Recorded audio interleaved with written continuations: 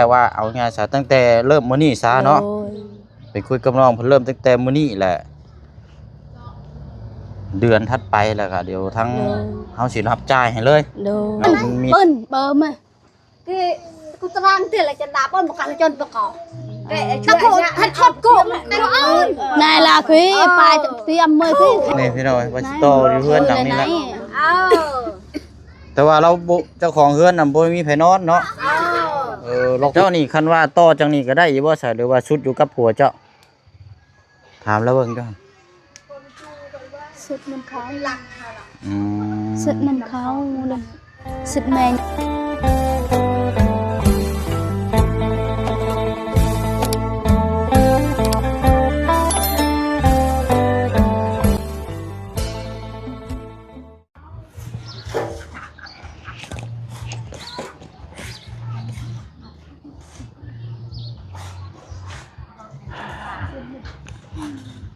เอาเนาะก็ถือว่าเป็นอีกมื้อนึงถือว่าเป็นอีกมื้อนี้ก็วันที่27หรือว่า27แล้วพี่น้องสิงหาเนาะเดือน8เลยอีก 2-3 มื้อก็สิ้นเดือนสะเทือนใจเลยพี่น้องเนาะโอ้ยวันเวลานี่แป๊บเดียวช่วงนี้ก็ทางน้องๆอยู่ใส่กำลังกาเกียมปึ้มมิกซอเสื้อผ้าหน้าแพร่แล้วพี่น้องเนาะเปิดเทอมแรกว่าเข้าโรงเรียนเนาะอยู่บ้านเฮาเอากะอะไรพี่น้องเนาะทางอยู่บ้านเพิ่นกะทางแม่น้องเปียวกะจักมือหลายพี่น้องเอ้ย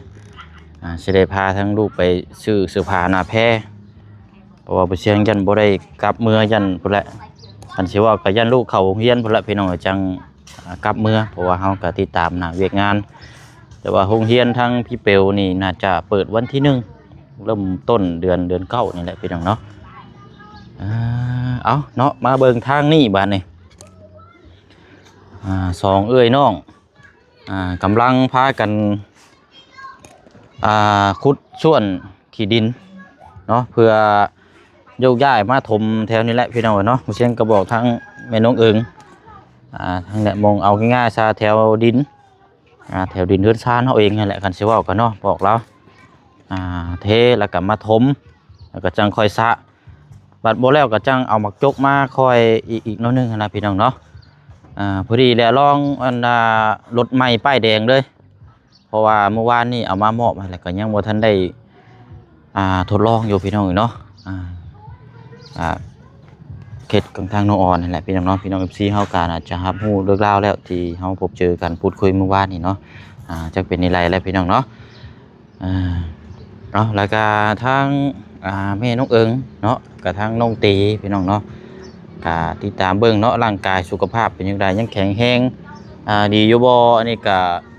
ทางพ่อตู้คำสิงเนาะพี่น้องเนาะทางพ่อเพิ่นฝากมาให้ทางบ่เสียงนี่ถามเบิ่งถ้าว่าทั้งร่างกายเป็นจังไดก็คันว่านั่นก็คันว่ายังบ่ทรงบ่เซาก็ให้พาเราไปฉีดยาวิตามินบ่หรือว่าเกี่ยวกับยาโรคเกี่ยวกับกระเพาะนี่แหละพี่น้องเนาะอันนี้ก็เดี๋ยวสิถามเราเบิ่งก่อนเพิ่มเติมน้ำกันอีกนี่แหละพี่น้องเนาะถ้าว่าเราว่าแข็งแรงแล้วก็จังว่ากันเนาะก็ติดตามเบิ่งน้ำไปน้ำกันอีกเนาะอันนี้ทางพ่อตู้คำสิงเพิ่นฝากถามมาเนาะพี่น้องเนาะเอาแล้วก็เดี๋ยวสิได้พูดคุยสำหรับทางเรื่องไฟฟ้าจะต่อมากบไม้นี่แหละพี่น้อยเนาะเพราะว่ามื้อนี้ทางพอสร้างเขานี่เพิ่นจะมาดำเนินการให้ทาง FC ทางผู้ใหญ่เนาะแล้วก็ทางทีมงานเขาแหละติดตามเบิ่งน้ำกันเนาะพี่น้องเนาะตั้งแต่เขายกเสาขึ้นแล้วก็ผ่านไป2 มื้อแล้วก็2-3 มื้อแหละเนาะคันสิว่ากันก็เลยทางพอสร้างเพิ่นก็จะมากบไม้กบตอกให้ทางนี้นํมื้อนี้ก็เลยคันสิว่าเฮาก็อัปเดตเบิ่งทางนั้นนำแน่แล้วก็ทางนี้นำแน่นะพี่น้องเนาะไปมาๆแหละพี่น้องเนาะเบิ่งหลายช่องทางนํกันเนาะพี่น้องเนาะเอาเลยเด้อพี่น้องเด้อเนาะกับทักทายสวัสดีและสวัสดีพ่อแม่พี่น้องFC นำกันเบิดสุขุสุคนพี่น้องเนาะแล้วก็ทางแม่น้องเอิงน้องตีเนาะเอาออกกำลังกายตอนเช้าเนาะดู เออออกวันละเล็กวันละน้อยเพราะชีวิตแจ่มใสเนาะเพิ่นห้องคันเฮ็ดลายนี่ก็บ่ดีเด้อเนาะก็บ่แจ่มใสเด้อเนาะ เออเอาว่ากันเนาะมันต้องเลยคุดแถวนี้นี่โหเจ้าต้องยู่ลงไปปูนต่ำลงไปแถวนี้เราต้องเอามาจกมาคุดแล้วก็เฮ็ดเชาะไปคือเสียหญ้าคือซึ่งเจ้าสะให้นะสะลงนะเอาเนาะเดี๋ยวก่อนอื่นอันน่ะย้ำมานี่ก่อนก็ได้ทางน้องตีแล้วก็ทางแม่น้องเอิงเนาะอันน่ะถามเกี่ยวกับสุขภาพร่างกายก่อนทางแม่น้องเอิงก่อนเป็นอะไรแน่ตอนนี้ใครอยู่บ่ยังกินข้าวกินหยังกันแน่นอยู่บ่หรือว่าใครแน่จังน้อยยังแน่นน้อยแน่นน้อยแม่แสดงว่ากระเพาะนี่มันบาดแห้งเนาะแม่ต้องเพิ่นห้องว่าต้องคอยเยียวยาต้องคอยเนี่ยเนาะเพราะว่ามันแผลมันใหญ่แห้งนะต้องหนึ่งมาก็ต้องระวังน้ำกินอะไรเนาะตอนนี้ไงเป็นประเภทของเพชรของหน่อไม้อย่างต่างๆช่วงนี้ห้ามก่อนเด้อให้กินของอ่อนกินข้าวต้มข้าวหยังก่อนก็ได้หรือว่ากินประเภทพวกของที่มันบ่แห้งขนาดเนาะเช้าก็แล้วจังกินบัดนี้กินตำบักหุ่งบ่เลยเป็นนัวตำแกงหน่อไม้ก็จังว่าไปเนาะให้มันเช้าให้มันรู้สึกว่าเจ้าของโอเคแล้วหั่นนะเนาะเอาก็อัปเดตเบิ่งนำกันเนาะแล้วก็ทางน้องตีได้ฉับเป็นได้แล้วล่ะใครแน่ดูยังเมื่อยกับไอนะยังได้เกาะยังเมื่อยกับไออยู่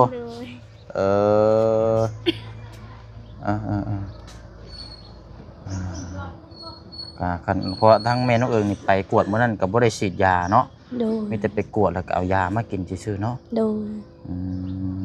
ท่านว่าได้ฉีดยาแก้กระเพาะนี่ก็ยันสิเซาไว้ดอกไปหน่อยเนาะทางแม่น้องเอิงเฮาโหเอาซะเนาะเดี๋ยวซื้อยาเดี๋ยวจังว่ากันอันนี้ก็เนาะเบิ่งวันเวลาก่อนเด้ออันนี้ทางพ่อตู้คำสิงเนาะทางพ่อเพิ่นอยู่ทางต่างประเทศพุ่นแหละพี่น้องเนาะเพิ่นก็ฝากให้บ่เสียงนี่มาถามเนาะแต่ว่าก็เบิ่งก่อนวันเวลานี่แหละถ้าว่ายังบ่โอเคจังไดเดี๋ยวบ่เสียงสิพา2พี่น้องนี่ไปฉีดยาวิตามินหรือว่าไปซักยาแก้กระเพาะนี่แหละพี่น้องทางเจ้าก็เบิ่งตัวจริงตามร่างกายเนาะถ้าว่าใครแล้วก็จังว่ากันพี่น้องแต่ว่ายังบ่นั่นก็แม่นบ่เสียงก็สิหาวันเวลาที่นั่นแหละจังสิพาไปซักอยู่คลินิกหม่องที่เฮาไปมื้อนั้นเนาะโดยแบบคือบ่ได้กินข้าวก็คล้ายๆแน่คันกินข้าวหลายก็ยังเจ็บว่ามันคล้ายๆว่ามันยังแผลมันยังบ่เซาเด้เฮาก็กินหลายก็ยังบ่ได้เนาะคันว่าฉีดยาเข้าไปนั่นเซาแต่หึงเลยเด้โดแต่เฮาบ่ฮู้เด้ฮู้แต่ซื้อยาคันว่ากินยานี่มันก็เซาอยู่แต่ว่ามันนานเซาโอ้เสียงก็เคยเป็นอยู่กินกระเพาะนี่ก็กระเพาะลำไส้บาดกันสิว่าก็ทั้งฉีดทั้งซักทั้งกินเนาะยับแรกเขาไปกวดแล้วซักได้เข็มนึงแล้วก็เศร้าแล้วก็มาบ้านก็กินแล้วก็มันเศร้าเลยมันก็บ่ได้เฮิงช่ำนะประมาณพอ2 มื้อช่ำหมดเสียงกับพี่น้องมันเศร้าเลยแล้วก็กินยังกับปกติไปเลยเอาอันนี้ก็เดี๋ยวจังเบิ่งวันเวลาจังได๋เดี๋ยวบ่เสียงสิพาไปเด้อเดี๋ยวบ่เสียงสิจัดแจงหาเวลาเองดอกคันว่านั่นแหละสิพาแล้วมันก็บ่ได้ไกลปานใดนะพี่น้องเนาะโอเคไปหั่นล่ะเนาะเดี๋ยวแล้วก็ทางไฟเฮาลมกับทางแม่เพิ่นล่ะบ่ยังทางแม่เพิ่นอยู่เฮือนอยู่บ่เจ้าคิดว่าสิยืมทางนี้บ่ทางใดอันนี้อยู่เฮือนเพิ่นมีไฟฟ้าโดยตรงอยู่บ่ไฟฟ้ายันไปต่อบ่ในต่ออยู่เฮือนก็เฮือนหลังใดเฮือนนี่เฮือนแม่ย่าลาวน่ะนางเขียวนี่โดว่ากับเพิ่นน่ะบ่ลมกับเพิ่นน่ะบ่ยันต่ออยู่เฮือนพอแม่พิเศษต่อดังไดก่อนเฮือนน้องเละเด้เฮือนน้องเละเด้มันบ่ไกลโพดบ่นี่เด้ไกลๆเฮือนน้องนี่เด้น้องเฮาก็ต่อแต่ลาวนะอ๋อเฮือนน้องเละที่ว่าเขาเจ้าเฮ็ดให้นั่นบ่คุยกับน้องเพิ่นน่ะบ่ยังใช่น้องเพิ่นอยู่เฮือนอยู่บ่อยู่เฮือนยังเป็นแม่แล้วบัดน้องแต่ว่าไปแล้วแม่ไปแล้วลูกก็ไปตัดกล้วยแล้วแต่เช้าเราไปเด้นี่ก็เราอยู่เฮือนลูกเราไปอยู่แต่ว่ามันคันว่านั่นก็สายไผเนาะโดก็ว่าแล้วสายไผก็สร้างก็มียาวอยู่ดอกพี่น้อยเพราะว่าตอนนี้เฮือนน้องป๊อบนี่สายไผก็จักยาวอยู่ ฉันก็มีแต่ว่าไปถามกับน้องเพิ่น โด เนาะ ย ว่าเดือนเท่าไรวันเท่าไรพี่น้อง โดย เอาจนแล้วเลยรู้ได้ โดย เนาะเอาจนแล้วเฮือนๆเลยรู้ได้เพราะว่า โดย บ่ได้แม่นว่าต่อมื้อนี้2มื้อแล้ว โดย คล้ายๆว่าเอาง่ายๆซะตั้งแต่เริ่มมื้อนี้ซะเนาะ โดย ไปคุยกับน้องเพิ่นเริ่มตั้งแต่มื้อนี้แหละ เดือนถัดไปแล้วก็เดี๋ยวทั้งเฮาสิรับจ่ายให้เลย โดย เนาะมันมีเท่าไรเราบินมาแล้วเฮาสิจ่ายให้เลย โด นะ ย ทางน้องเพิ่นก็บ่ต้องจ่ายก็ได้ โดย ไปซะเนาะเดี๋ยวไปคุยเวียกทางนี่ก่อนพี่น้องเพราะว่าเดี๋ยวอันนี้จังน้อยก็เดี๋ยวสร้างมาเนาะสร้างเพิ่นสิมาดำเนินการกบไม้กบตอกนี่แหละพี่น้องแต่ว่าเฮาก็มาเคลียร์มาพูดมาคุยนํกันก่อนเพราะว่ามันก็กันสิเว้ากับว่าคิดว่าง่ายมันก็บ่แม่นเรื่องง่ายได้เนาะ โดย อันนี้พี่น้องเฮาก็มาคุยนํกันเพราะว่าเรื่องต่อพื้นต่อไผนี่มันก็มีปัญหาอยู่ถ้าว่าเฮาบ่คุยจับดี เพราะว่ามีประสบการณ์มาแล้วเฮือนทางประตูคำดีเนาะทางประตูน้องคำดีพุ่นละพี่น้อยดังนั้นน่ะทางไอ้ปั้นคุยแต่ว่าบ่เชิงน่ะบ่ได้เว้านํแต่ว่าบ่ได้คิดว่ามันสิอันนี้นะพี่น้อยเฮ็ดกระตูบเดียวเนาะกันสิว่าก็เฮ็ดก็ซ้ำว่าบ่ได้ซ้ำเพราะว่าไม้ก็กบอยู่ทางอื่น โดย เฮ็ด2มื้อเอาน้ำ3แสนโอ้เกินไปนะพี่น้อย ว้าวว้าวแจ้งเลยแล้วเพื่อนนี่แหละ แม่นอันนั้นจังว่าเฮาสิล้มนํกันให้มันแล้วบ่เลยแหละ โดย จังใดเอาสิรับผิดชอบเลยนะเนาะไปซะเนาะพี่น้องเพื่อว่าบ่เป็นการเสียเวลาเดี๋ยวไปคุยเวียกแล้วก็จังมาแล้วนี่ก่อนเนาะ โดย ไปอะไรเนาะเดี๋ยวจบจังนี้แล้วก็จังไปขึ้นเฮือนใหม่น้องป๊อบพี่น้องเอ้ยเข้ามาพี่ก่อนเนาะ สร้างว้าวนางปบบอกแต่ว่าบ่เฮาเว้าเด้ อื เฮาเคยบ่เคย เพราะว่าจบจังนี้แล้วจังสิไปขึ้นเฮือนน้องป๊อบเนาะ โดย ไปหั่นแหละไปใส่เฮือนเราอยู่ไสไปเบิ่งนํกัน ทุกตะมื้อ เดี๋ยวจังยางมาทางนี้ไปเบิ่งก่อนคุยเวียกก่อนพี่น้อง นี่เอาเปลือกเลยเปิดนั่นล่ะกะเปิดสิ ใช้เกาะหลังไร หลังนี่ ดึงมานี้เนาะ โอ้ก่อนอยู่เฮียมจ้ะ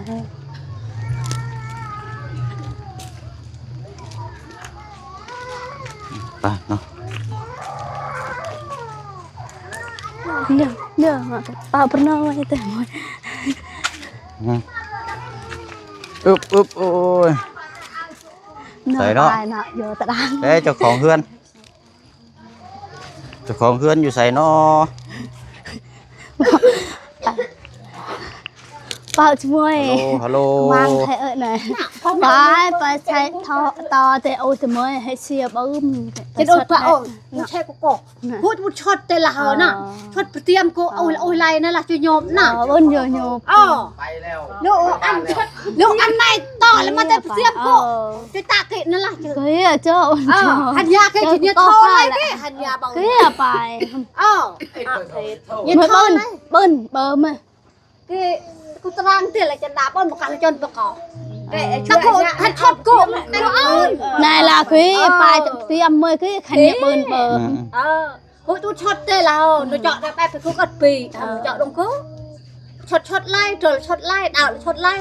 lại cái đồng lại onยัดđồng lại là onช็อตไล่กูจะเต้นตะต้องนายละนายจะเชื่อ หนูเคยลาเมื่อบานแล้วเด้อ แต่กูเอา ตัวนี้ไผสนอนอยู่เฮือน เมื่อนานอน บ่มีไผนอน เมื่อเฮ็ดนาอยู่บ้า บ่ น มีไผนอน จูตาเนี่ยประดองฮะ ไปเมื่อเฮ็ดหา แต่กูเอานะช็อตกูเราจะขายนะ อยู่บ้าน เมื่อดำนาอยู่บ้าน แต่กูเอาต่อนะกูกรีด เราบ่อยู่เราอยู่ได้อยู่ นะจูตาเนี่ย เราให้เนาะ ก็อย่าไป เพื่อ เบิ้นเบอร์ โทรถามแล้วเบิ่งซะ และเบิ้นเบอร์เนี่ย เล็กมาได้แค่แบบ และมาจะ เราญาติบริกรรมแต่ผู้ที่เราเขาจะว่า โทรจิมท กูเอามาทู่ นี่พี่น้อยว่าสิต่ออยู่เฮือนหลังนี้แหละ เอา แต่ว่าเราบ่เจ้าของเฮือนน่ะบ่มีไผนอนเนาะล็อกกุญแจไว้เลยเนาะ จูไทยเนี่ยปวีอะไรจู เรา ตา เมื่ เนี่ อย ไทยหน้าดำนาอยู่บ้าน บ้านเราอยู่ไสน่ะ อยู่บ้านพูน เก่งกี้มันไต อื ไต ม มัน แกงกี้ เออ มาแกงกี้cáiบ้านnơi บ้านติกี้บนเขา ta có on to chọt có bún có cào rồi ta rớt xía ham bướm hệ xìa bướm và cả như ông kia nhiều tờ như thế mà sốt hệ bướm hệ xìa lối ít này lời đó นี่ได้ซะ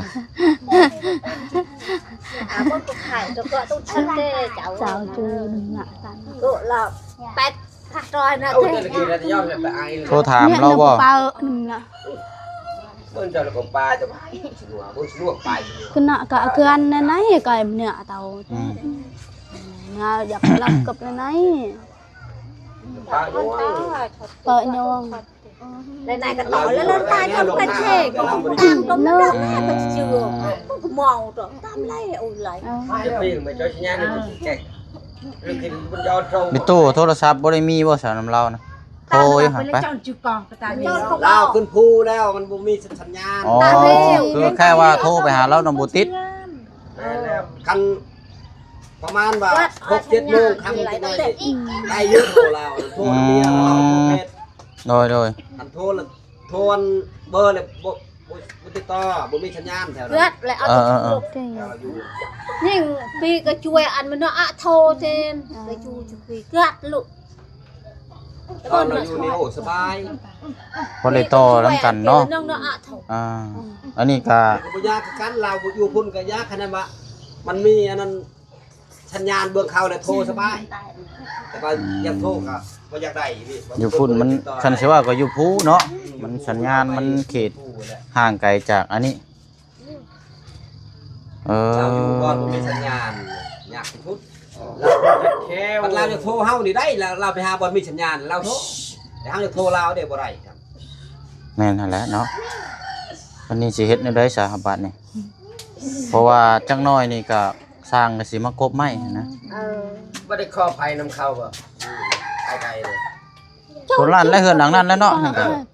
บางทีแต่ว่าไปเฮือนแล้วเนาะ แต่นี่ไปหาบ่ตังใกล้เติมไปใช่ที่ยามเฮาเชียร์เขาไว้เนาะ ใกล้โยมหักเพิ่นว่ายังมาถามพี่ก้อนน่ะนะ แม่เราอยู่พุ่นเลย โดยป้าเฮามาไปคุยเพิ่นก่อนทางเฮือนอันนั้นพุ่นละเบิ่งนํกัน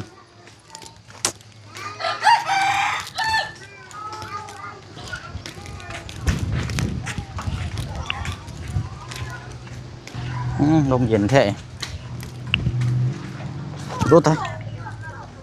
คือกระสิล่มเลยปวดแหละยังไม่ทันได้กินข้าวบ่เนาะ กินแล้วกินthế này ก็8 โมงปลายพี่น้องนั่นแหละนี่เกินทั้งแม่แล้วหลังใกล้ๆนี่แหละคันว่าเราอยู่กะสิ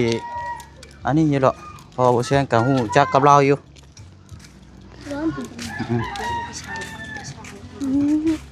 มันใกล้แน่จักหน่อยหั่นนะนี่แหละไปเงินไปถามเบิ่งดูอ่ะ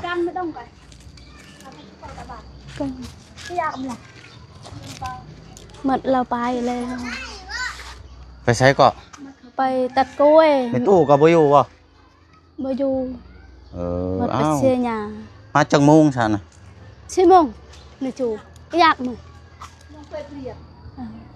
ยังไปตัดกล้วยจับไปชิมงโดดเลยจูประมาณ11 โมงนี่แหละ พอมีแต่หลังนี่บ่หลังนั่นน่ะก็บ่ได้บ่ติดบ่หลังนั่นก็ lăng nên chỉ có cá khó บ่ lăng cái đấy คันว่านั่นก็หลังนี่ก็ได้นะแต่ว่าแม่เราบ่อยู่เนาะ được เราไป là phải tắt cối chia nhà rồi มีอันนั้นนี่บ่สามีบ่โทรอยู่บ่โทรศัพท์ làm lo mẹ tay ยันเราบ่มือเอ้ยเรายังตัด เราเอาโทรศัพท์ไปอยู่บ่ bò là phải hướng เพราะว่าเมื่อวานนี่ก็บ่เชียงลืมบอกทั้งแม่ทั้งเอิ้งแล้วก็นี่แหละเพราะว่ามาปรับนี่มันก็ต้องใช้ไผโดดนะมัน น่ะเลือกกันหมด เบอร์โทรมีอยู่บ่เราไปอยู่บ่โทรศัพท์อยู่ บ่ได้ถือไปเออ ตออุ้ยตะดงเนี่ยใส่ตอน่ะ เจ้านี่คันว่าต่อจังนี้ก็ได้อยู่บ่ใช่หรือว่าชุดอยู่กับผัวเจ้าถามแล้วเบิ่งเจ้า สุดมันเขา อืม สุดน้ำเขาเลยสุดแม่ยากับพัวแล้วละ ชุดแม่ย่ากับผัว แม่น บัดแม่ย่ากับผัวบัดบ่อยู่ แม่น เอออืม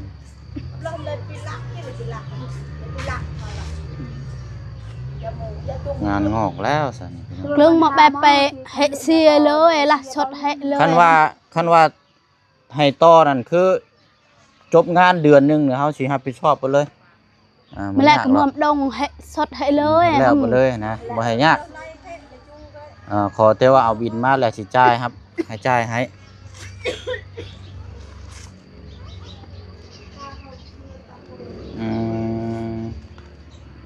คันสิโทรถามทางน้องอ้อยกะน้องอ้อยเราบัดอยู่นอนอยู่เฮือนเราพูดเนาะแต่ว่านี่มันก็บ่สุดกับพูดอยู่นี่คือเก่าเนาะนั่นน่ะ เรา พี่น้อง ก็ยังต่ออยู่เฮือนนี่ละ อืม มันยังอาศัยอยู่เฮือน เฮ็ดจังได๋ฉบับนี้เฮาจังไดเนาะอันนี้ก็ตอนนี้พอสร้างสิอยู่เฮือนทางน้องป๊อบพุ่นตามบ่เสียงเบิ่งนี่เพราะว่าเขาเจ้าสิไปขึ้นเฮือนพุ่นก่อนหั่นน่ะ ดงปะทุก แล้วก็กล้วย มันต้องใส่ไผ่แหละพี่น้องเอ้ยมานี่มันต้องใส่ไผ่เลย กายละลงมาใช้ก่อนไปตายเยิ้ม เฮือนนางแซนางเสียวเฮาเด้ โอ้ ยานไกล มันไก่โพดสายไฟมัน ไกล สิ มันก็ไปง่ายล่ะ มันสิมีสายไฟต่อบ่ล่ะ แต่ว่าเสียวไปแล้ว อ๋อ เสียวก็ไปขุดจิรอแล้ว มันเฮือนน้องแช่ก็บ่ยากดอก โดย แต่ว่ามันไกลหั่นละ เสียวเด้ แต่นี่แบบมันโหมันเกือบ500 เมตรปุ๊สายไฟช่างกันบ่นั่นดอกมีแต่หลังนี่แหละได้เนาะ ดู มีแต่หลังนี่แหละพี่น้อยคันว่าบ่ได้เข้างานช่วงมานี่ก็แม่นว่า แต่ว่าเพิ่นมาเพิ่นก็ต้องมาเฮ็ดห้างเฮ็ดหยังก่อนอยู่แล้วนะครับบ่แม่นว่ามันง่ายก็บ่แน่เนาะทั้งเทื่อก็เจ้ามาแก้กล้วยแล้วก็อันนี้ลองเบิ่งเนาะอาจจะลองใจเย็นๆเบิ่งพี่น้องจังได๋ก็อันนี้ล่ะพอดีแล้วเพื่อทั้งสร้างเพิ่นมาเฮ็ดห้างเฮ็ดหยังไว้ ดู ตอนนี้ก็ 8:00 นแล้วก็เราจักหน่อยเนาะเดี๋ยวทั้งเทื่อนั้นบ่เชิงสิไปบ้านน้องป๊อบก่อนแล้วเข้ามาพี่แล้วสิมาเบิ่งนํกันอีกเทื่อนึงหั่นนะ ดู เอามีแต่ว่าฝากไว้ก่อนก็ได้ซะเนาะ โอ้ย ฝากแล้วก็ให้เจ้าพูดคุยกับเราเองเลยแล้วแม่น้องเอิงเด้อ ดู เอาต่อเฮือนอย่างนี้เนี่ยบอกว่าบ่เสียงนี่ให้ต่อไฟน้ำเจ้า ดู ค่าใช้จ่ายเดือนหนึงนี่ ดู เจ้าเสียเดือนเท่าไรที่ผ่านมา ดู บัดนี้เดือนนี้บอกว่าให้เฮ็ดจนแล้วเลย โดย นะเนาะบอกเราว่าเฮ็ดเฮือนจนแล้วบ่เลยน่ะเด้อ